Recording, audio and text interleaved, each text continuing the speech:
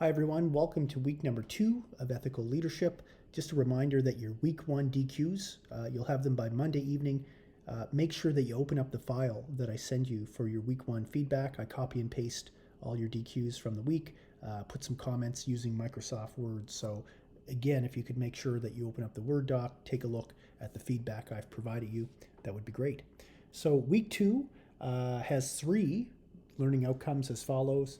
Explore the impacts of globalization on ethical leadership, examine the role of multiple perspectives in leading learning practices, and examine the complexity of ethical leadership, which includes a number of things. And of course, the readings this week speak to that. The reading for Harayal, as you know, talked about and called for a further examination of leadership models, particularly indigenous leadership models. The Shimsun Santo article talked about educating youth using arts-based education and how arts education can accelerate political awareness and leadership development. And of course, the article by Wang et al. Talked about ethical leadership as a culturally embedded concept. The authors were from China and talked about how cultural differences around or can affect ethical leadership. For example, they said, we found that ethical leadership is also inevitably culturally embedded. That's something they said on page 527. So the readings, I think, will serve you well in terms of addressing the learning outcomes and the questions for the week. Just a reminder, as always, my notes from the 3 articles can be found in the course news and bulletins if you're interested in seeing what I highlighted. Also, please take a look at the unit notes, which also expands on these concepts a little bit as well. So DQ1 says respect for the experiences and perspectives of others is central to ethical leadership. I would agree with that.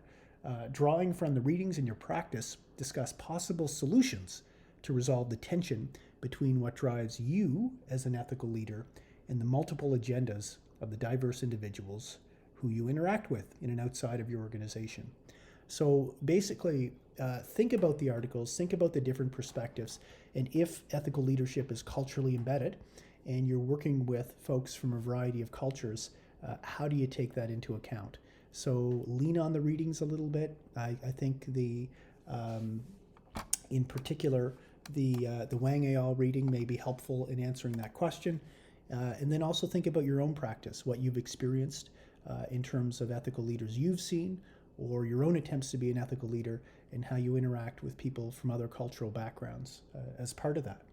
DQ number 2, as an ethical leader in a school or community organization, how could you use a culturally responsive framework, and that's something that Shimsun Santo speaks about within the article, to create policies and programs to meet the needs of the diverse stakeholders who you're working with. Using the readings, what strategies might you use to guide you in dealing with the ethical complexities of leading for equity, diversity, and inclusion? So in other words, how do you take diversity and differences in culture into account when you create things like policies and guidelines, and basically how do you lead in a culturally diverse context, which many of us are in, of course. So that's kind of the flavor for the week in terms of considering diversity, considering how really culture plays or is embedded in ethical leadership. So again, the readings this week I think will help you a lot with the DQs. Please take a look at the course, the unit notes for the week, and I look forward to seeing you on the DQs. See you soon, folks.